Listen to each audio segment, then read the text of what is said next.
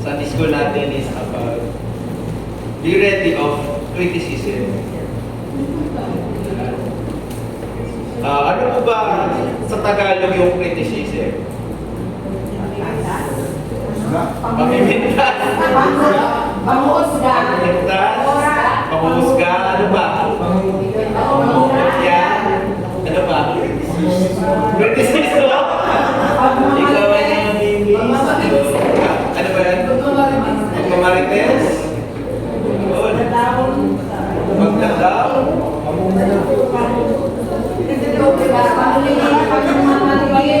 Mamaliit. Manilibak. Ayan, thank you po. So when we hear criticism, lagi natin naisip negative, critic. Ganun. Parang, ayan naman si kapatid, ayan naman yung kapitbahay ko, ayan naman si mami, si daddy, critic na naman ako. Critic na naman ako.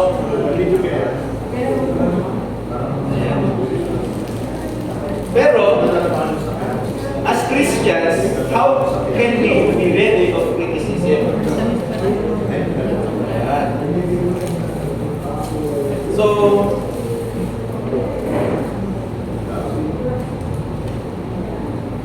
kasi diba, ang criticism ay part ng buhay Kristiyano natin. And hindi lang buhay Kristiyano. Criticism ay part ng buhay natin.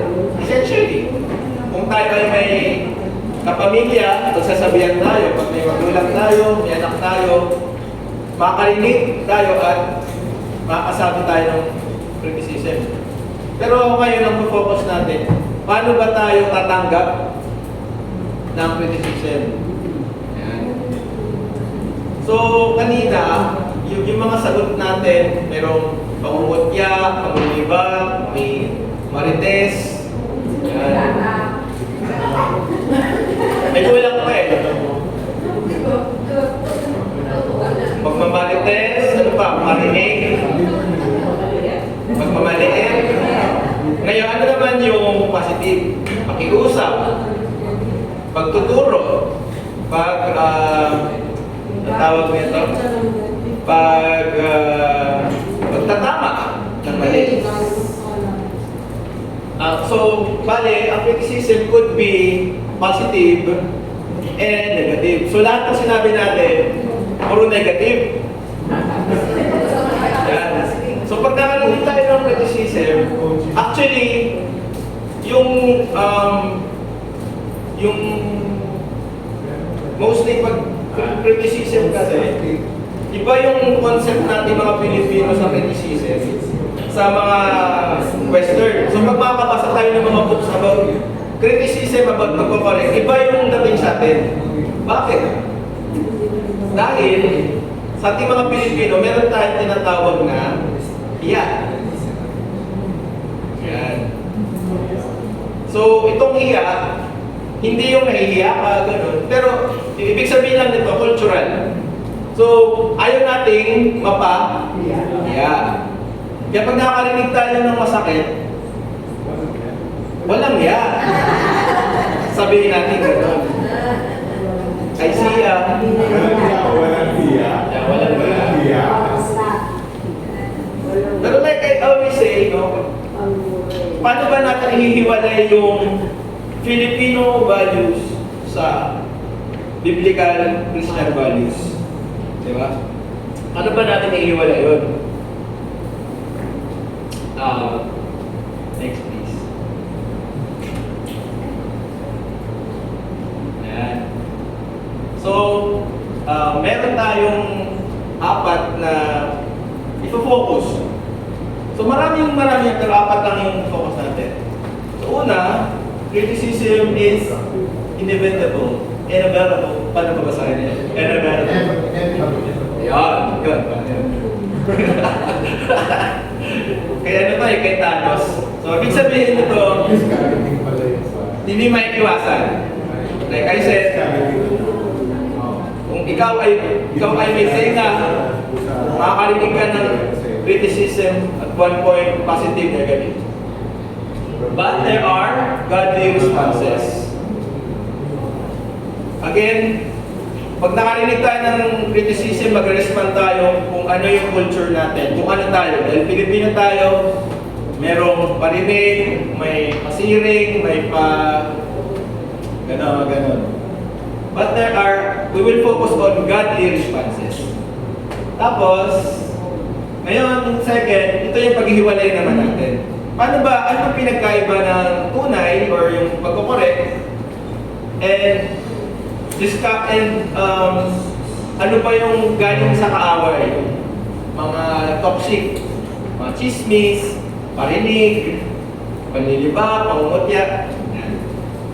And then, third is, we should know that God lives with every individual and we should let God take control.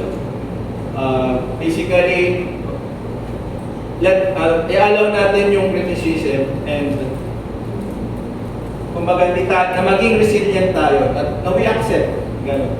And fourth is, how do we grow in growth and productivity? Na hindi tayo maapektahan, hindi magulo yung kumbaga magugulo yung hindi tayo magkakaroon ng start with a T.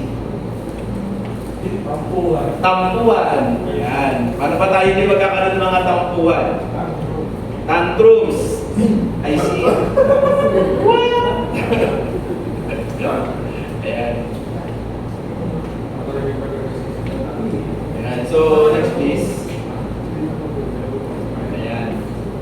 Criticisms are unavoidable. Ito yung other word ng inevitable. Inevitable. Ayan. Unavoidable. Kumbaga, magkakaroon ng criticism dahil tayo ay may tenga at yung mga kasama natin ay may bibig.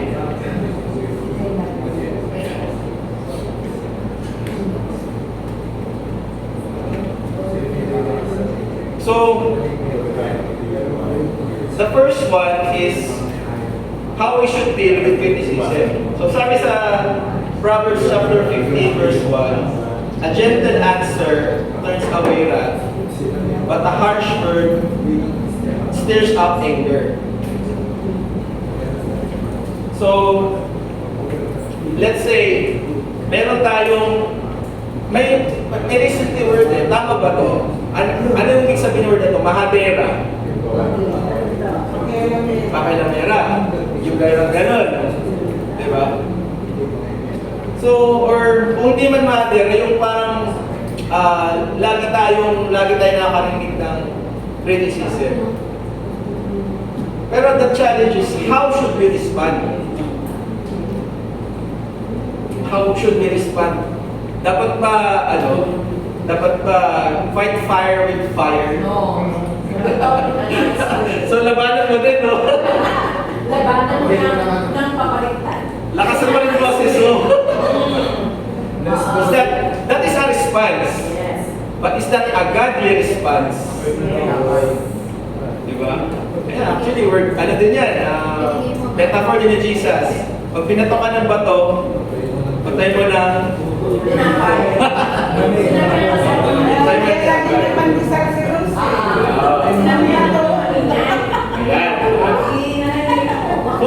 Let's focus on the godly response. We can respond, pero we should be godly. And sabi sa Proverbs, gentle answer. Gentle. Gentle lang. Huwag mong labanan, huwag mong, hindi, ito eh, meron mo ba, sinasaktan na ako eh. Ganon. Kailangan nataputan mo yung volume. Pero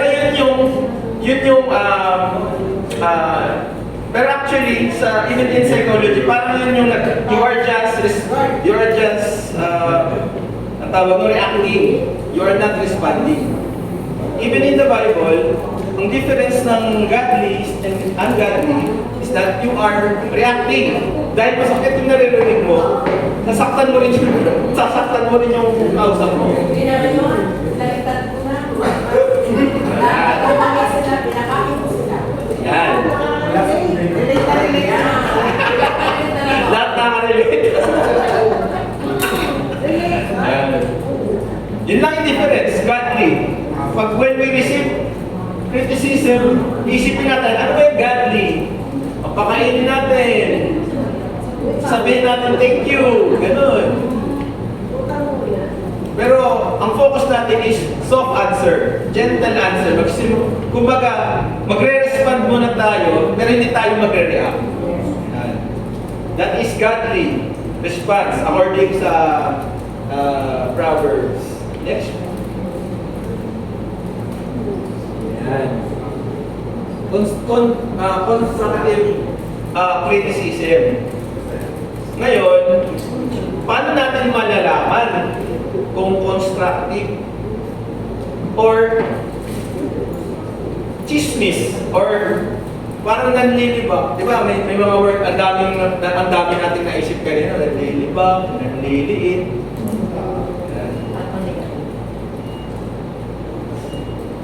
But what is the difference?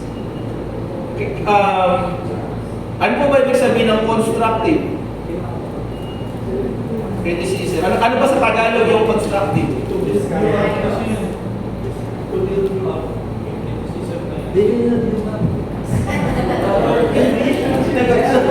Iba pala yun. Yan. Para build up. So pag sinabing criticism, it's positive. May purpose kung bakit ka nag-criticize. So hindi lahat ng criticism ay para saktan ka. Yun yung dapat natin naintindihan na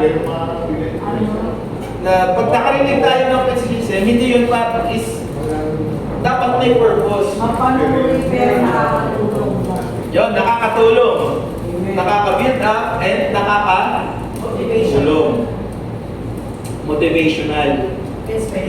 Inspirational. Basically, ano yung word dito? Construct. Sabi ni Kuya first, build down.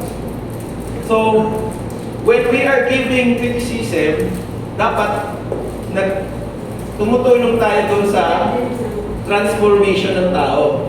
Kunyari, ano bang mga valid na criticism? Let's say, may body odor yung katrabaho mo. Paano mo bibigyan ngayon ng criticism? Sabihin mo ba agad? Baho mo? Ganun mo agad? Hindi nasabihan sa kanya, boy, save na yung huwag feeling fresh. Hindi, pero criticism lang. Kunyari, wala pang action. Paano natin sasabihin sa kanya? Paano natin i-deliver na magkakaroon siya ng construct? Magkakaroon siya ng build-up ng tulong, paano siya matutulungan. Yung naalala ko nung yung joke namin, sabihin mo, tara ligo. Tara, toothbrush tayo. Tara, constructive siya.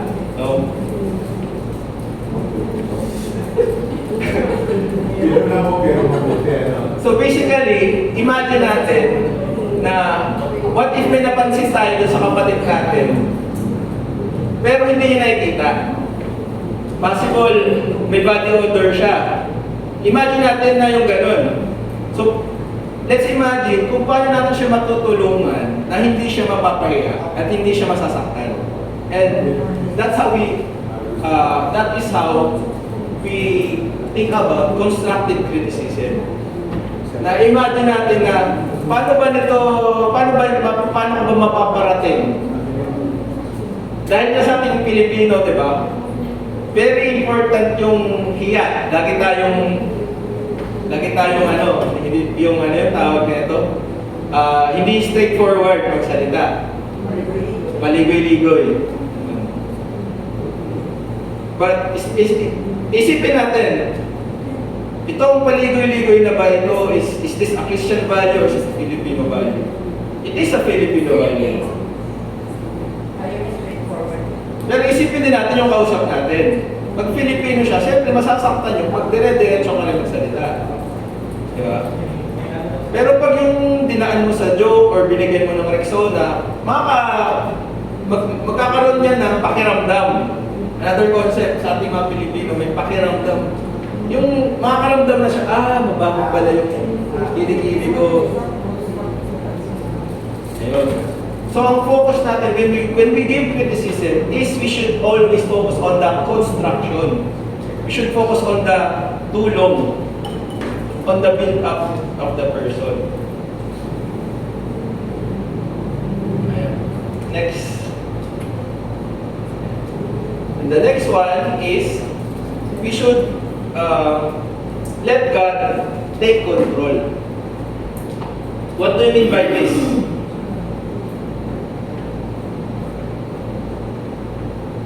Sometimes, pag naka-receive tayo ng criticism, is nandun yung pain. Di ba? Nandun yung hindi lahat ng panahon is matatanggap natin lahat ng criticism sa atin. And nandun yung human nature natin para bumawi. Ganun. Yes, Monita. Meron lang po ako doon sa paano mo ma-direct yung, halimbawa, nanamoy mo hindi, no? Yes, Tita. Paano mo hindi siya masasaktan? Paano mo hindi siya sabihin sa kanya na, uy, yung bago ng bibig mo? Masakit siya na yun. Pero kung sasabihin mo na, ano ba kinain mo kanina o kahapon? Diba? Ayan. Marami, It's a good question. parang hindi siya, no? Hindi siya masakit. Oo. May ka ba na mabuo? Mga ganun ba? Hindi siya masakit, pakinggan, no? Hindi siya nakaka-offend sa kanya, saka sa'yo, kahit magtinig yung iba, hindi rin siya hindi rin siya kagano'n. Naalala ko po nung 10 years ago or 11 years ago, nahihiya po ako kasi that time po, nagkaroon po ako ng menopusal. Menopusal at siguro mga almost 2 months, 3 months, nagdadiaper po ako. Kasi yung blood, uubo po yung dumadating sa akin. Kahit anong libo ko, may amoy. Ano na nga, nagkaroon po ako ng mga katikate sa katawan ko. Eh, binigyan po ako ng may amoy din yung parang doctors, yung sabon. May ano din siya. Eh, kasi yung lumalabas parang hindi ko maintindihan kahit bakit ligo ka. Meron talagang something na grabe ang iniisip ko lang din nila ako church kasi nakakahiya. Pero yun lang po yun, yung siguro mga 2 months, 3 months na nangyari sa buhay ko. Ito yung ating lesson, no? Huwag po tayo manghusga kasi hindi natin alam kung ano yung pinagdadaanan ng tao. Instead na mag-comment tayo, mag-chismis tayo, na gano'n siya, nagkakasala po tayo. Na alam mo po, hinuhusgahan natin yung kapwa natin. Gumagawa tayo ng kwento na hindi naman siya gano'n. Na hindi naman gano'n. Tayo po, babalik po sa atin yun. Pananagutan natin yun sa Panginoon. Lahat ng ginawa natin sa kapwa natin na hindi natin inuunawa kung ano yung pinagdadaanan ng kapatid na yun. No? Nagkakasala po tayo. Pananagutan po natin sa Panginoon. So, it might be na paano ba natin hindi masasaktan yung kapatid natin? Yung constructive na yun, gawin natin yung positive na, halimbawa, ayun na, katulad ng sinabi ko, hindi na tulong sa kung ano man yung sabon mo. Parang may amoy yung sabon mo. Eh kasi nagagamot ako. So that gano'n, maiintindihan mo bakit gano'n, bakit may gano'n na amoy. Ano ba yung iniinom mong gamot, di ba? May iniinom ka bang gamot na kontra sa Hindi kasi tayo nagtatanong kung ano yung nangyayari sa kanya. Wala tayong alam. Kaya hindi binabato natin. Nagchismis tayo na meron siya. Hindi naman gano'n eh. May pinagdadaanan ng tao. Dinaan natin. Pinuhusgahan natin. Dinadikdik natin. So yun po yung mga times na yun na talagang nalulungkot po ako. Kasi naririnig ko yung mga constructive. Alam ko sa sarili ko na Lord, kahit naliligo ako yun, may amoy pa rin ako. Umiiyak po ako. Kasi hindi nila alam na nasasaktan po ako. Hindi ko alam kung bakit nangyari sa akin. Imagine po, pero nung nag-check up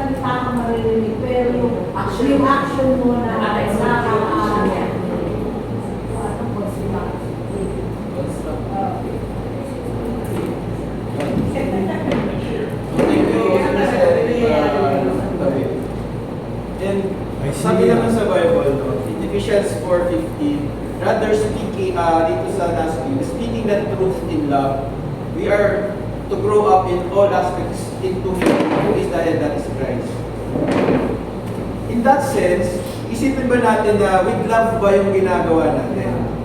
Diba? Kung tayo yung nag-judge, tayo ay kumbaga mean-spirited, is it still in love? Diba? Do we consider the person na sasabihan natin nung truth? Kasi dalawa yun eh. Love and truth.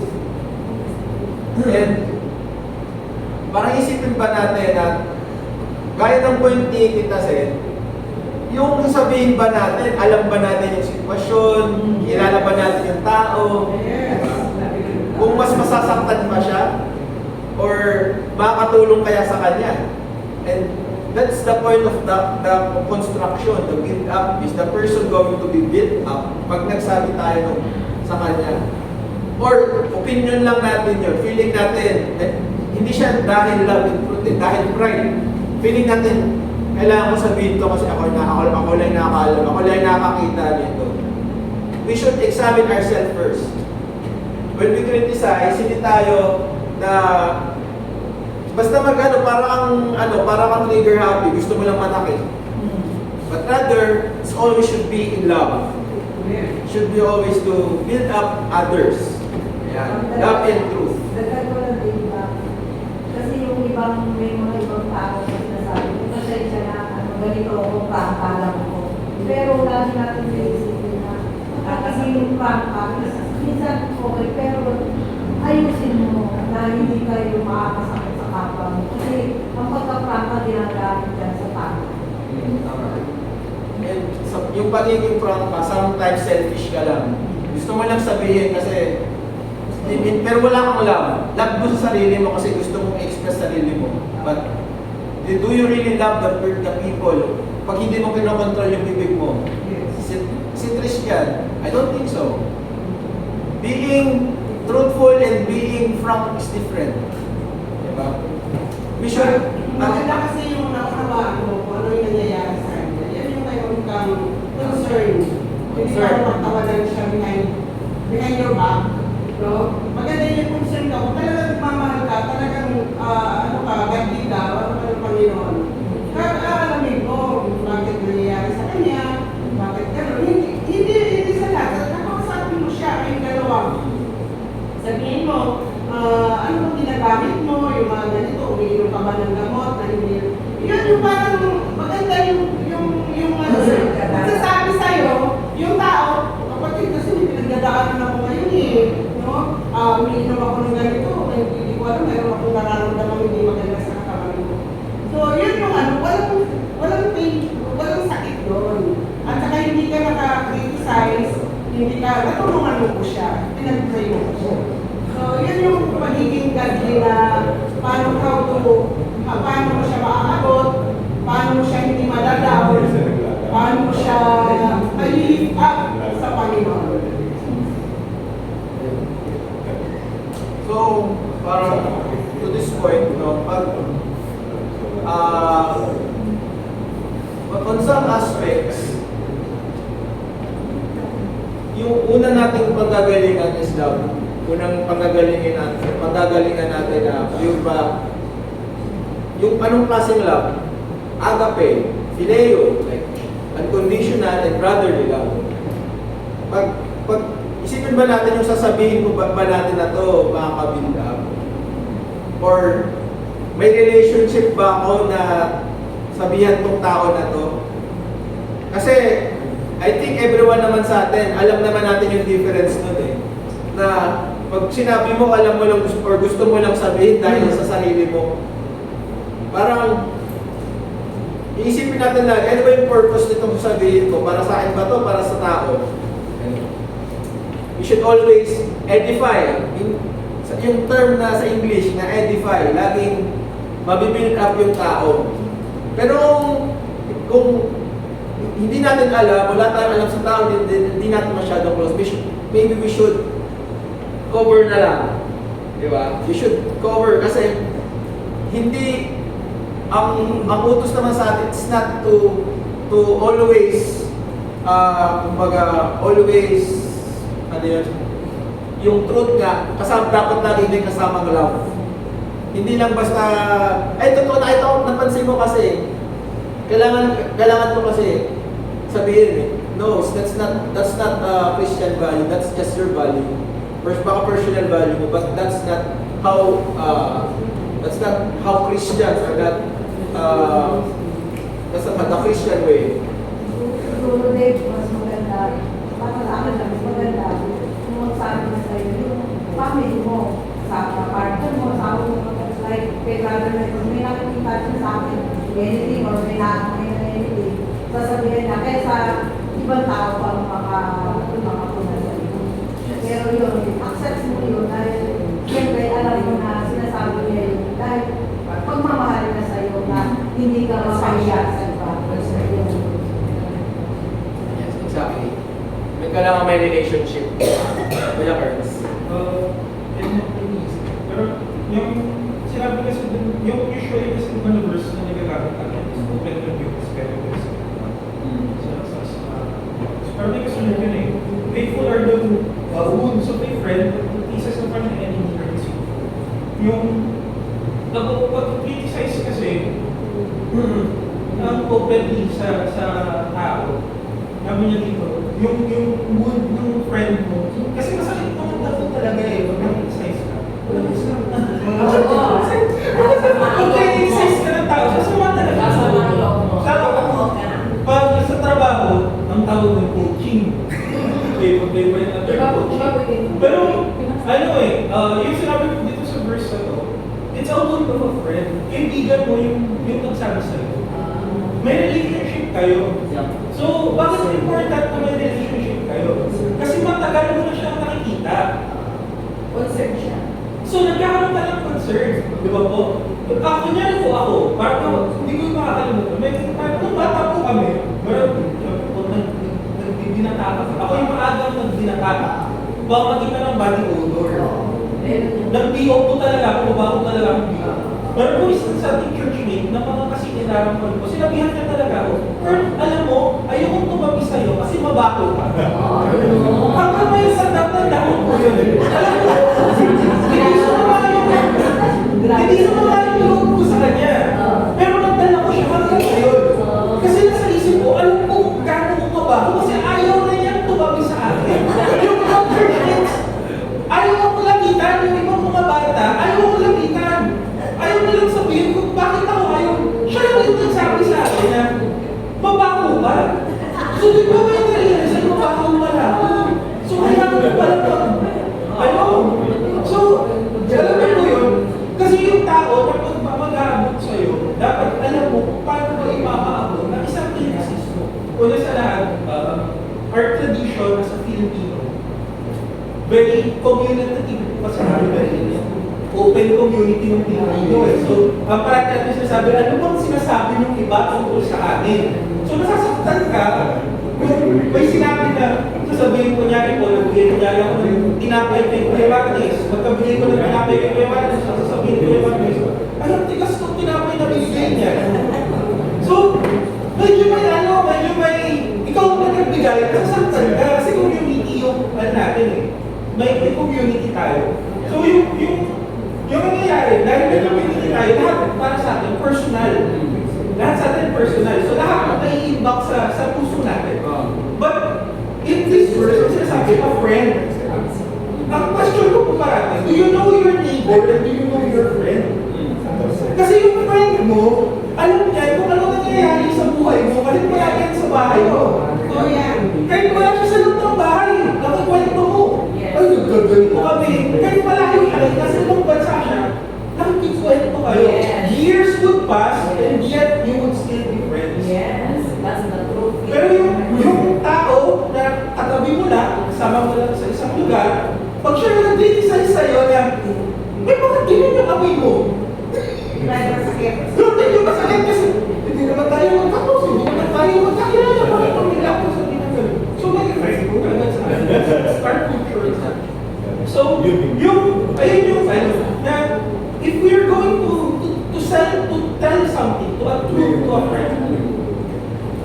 need to know, ano ba yung, first of all, ano ba yung pinakalugar ninyo? Kayong dalawa lang ba? Kayong dalawa lang ba mag-usap kayo? So, sorry Kuya. Pero, it's important. Yung lugar, location is important. Bakit important yung location? Baka mamaya may makarinig.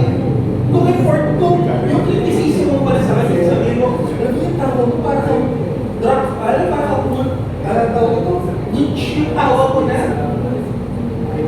So, sasabihin na yan, hindi lang talaga ako tumawa. So, alam mo yun, okay lang yung ganun na klaseng maraming tao na mag-aaral sa'yo. Pero yung mga personal na bagay lang, katulad mo siya niya, sa may nangangamoy pala siya, yung dahil sa gamot, dahil sa hormones niya. So, yung gano'n na klase ng criticism, dapat kayo lang, hindi dapat maraming tao na makakaalam. Dapat unti lang kayo. Yes, there are things that you can share openly to the people. Kasi pag nag-constructive criticism tayo, it's a human defense. Wala pong tao na pag sinugatan ka, hindi. Sabi ko po sa inyo, pag sinaksak ka ngayon, titingin ka kung sino sumaksak sa'yo. Sa salita pa lang, lalo na pag narinig mo pa lang, pag sinabi mo, yung nakasalamin na yan, ang pangit ng ano na yan, gawin niya. Mapapatingin ka na, kahit marami kayong nakasalamin. It's a defense mechanism for us. Na kahit marami kayong, hindi mo na alam. So, you need to put it on the right place. And the second thing is that you need to gauge kung ano bang relasyon natin dalawa. Kasi mas tama mag-open yung tao pag mas malapit yung relationship ninyo sa isa't isa. There's times na yung gauge of yung gauge of power, yung mga ganyan. Baka mamaya, mas ito na hindi sabi sa'yo na hindi pala yung ginagawa mo. Hindi mo naman na siya pinapakinggan.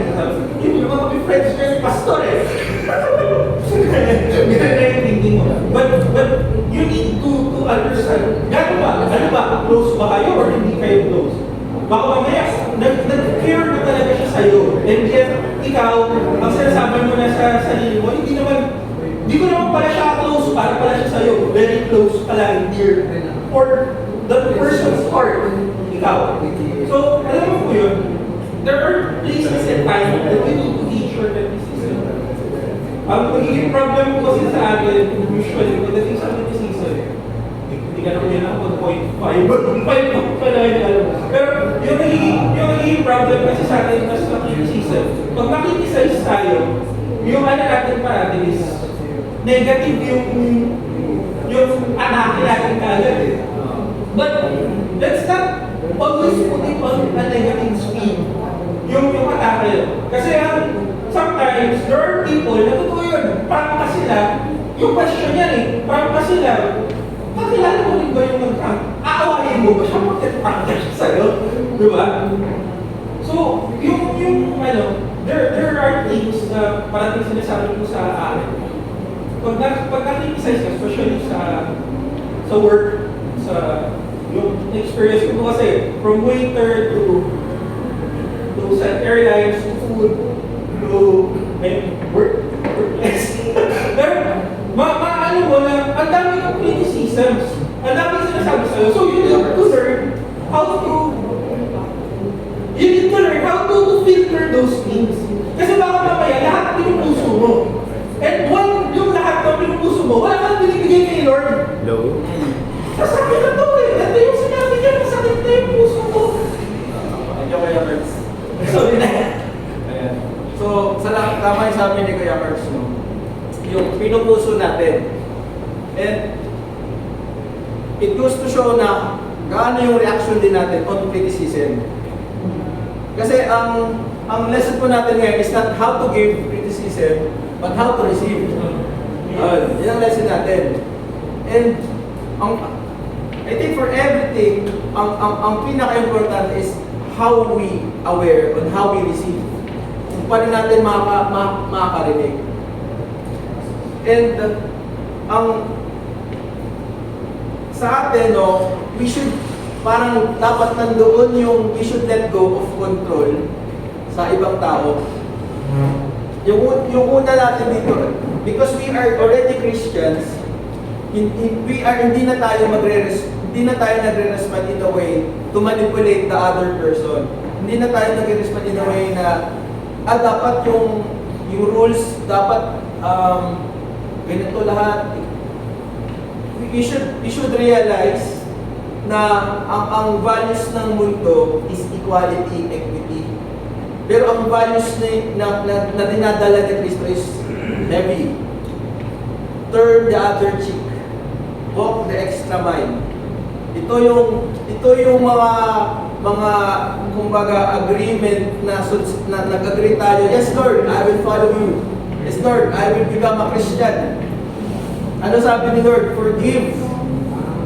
O constantly. Diba? These are heavy. These are very kumbaga hindi siya madaling gawin. And that's why these are all virtues. Sabi dito sa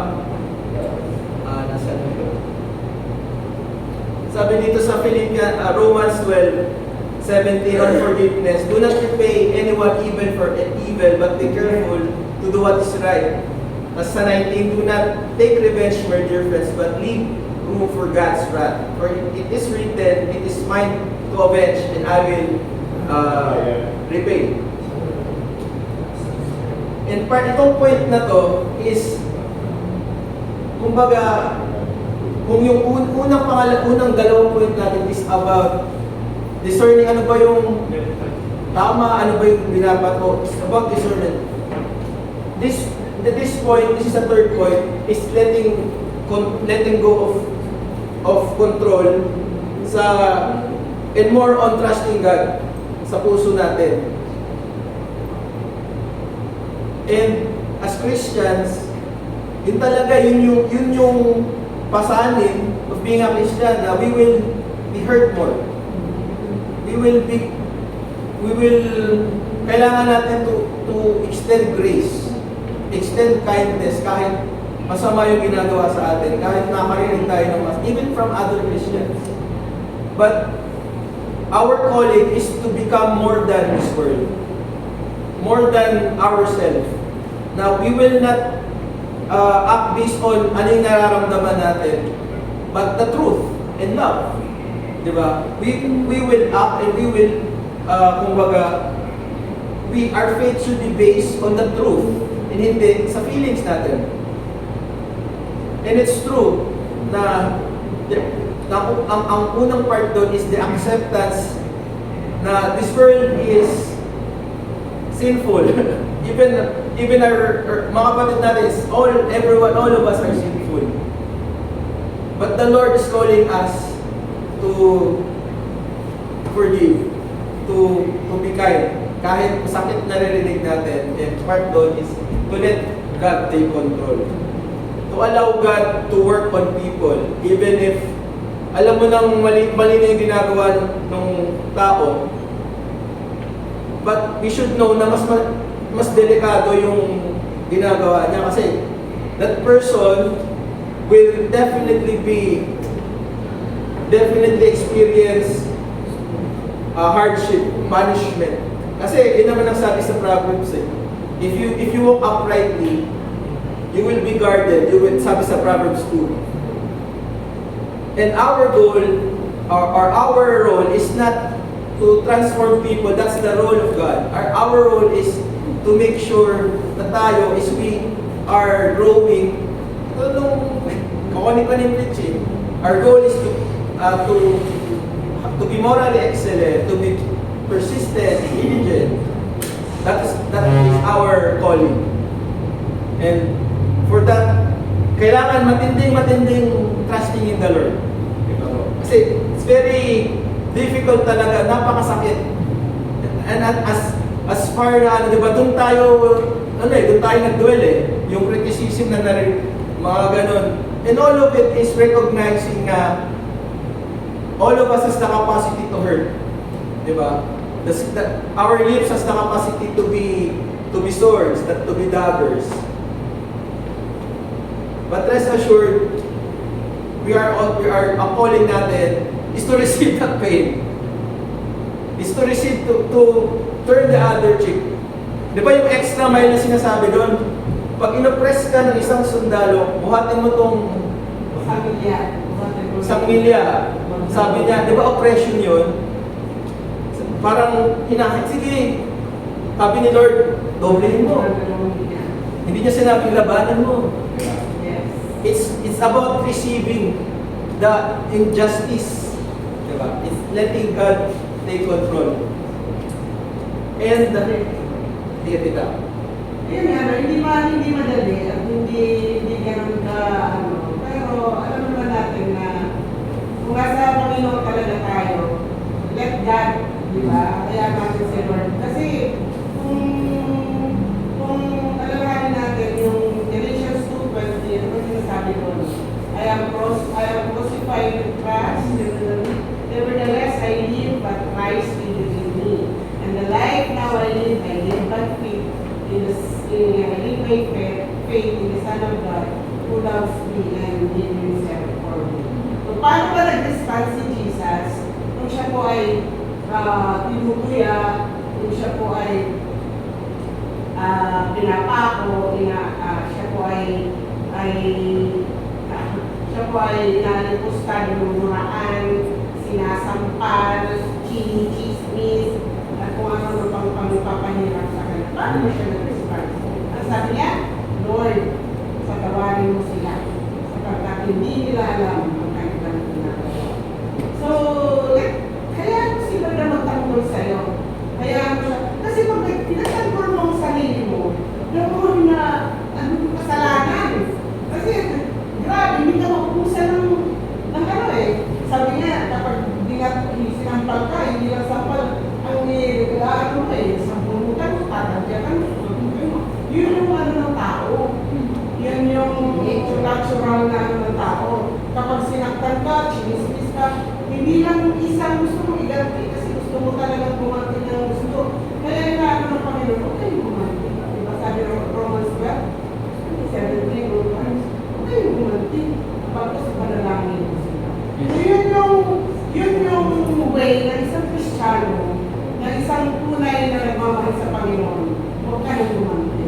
Kasi hindi mo alam na pagdanti mo o sa pagtatanggol mo sa sarili mo, ay iba na ang mga nasasabi mo. Iba na yung mga nagagawa mo. Just pray, Lord, give me wisdom. Paano ko ito harapin? Paano ko siya kakausapin? Paano ko anuhin yung sinasabi niya sa akin. So, lahat, in everything you do, sabi ng Panginoon, let God, nahayaan natin na ang Panginoon ang mag-glory sa buhay natin. Amen. And that's all the time that we have. Thank you, everyone. Let us pray. Lord God, we thank you, Panginoon, sa time na to. We thank you, Lord, for the lessons that we have learned, that we should trust you, that we should let you control of everything, and that now, Panginoon, we should teach us, Lord, how to forgive even those na nakarinig kami ng masakit, and help us, Lord, to be always to be kind, to always to show kindness, show mercy, Lord God, even sa aming mga kapatid, even those sa close sa amin, Lord. Lord God, turuan po kami, Panginoon, on how to receive the truth in love and everything else na inyong salita, Panginoon. Help us to open our ears, open our hearts. Salamat po, Panginoon. In Jesus' name we pray. Amen.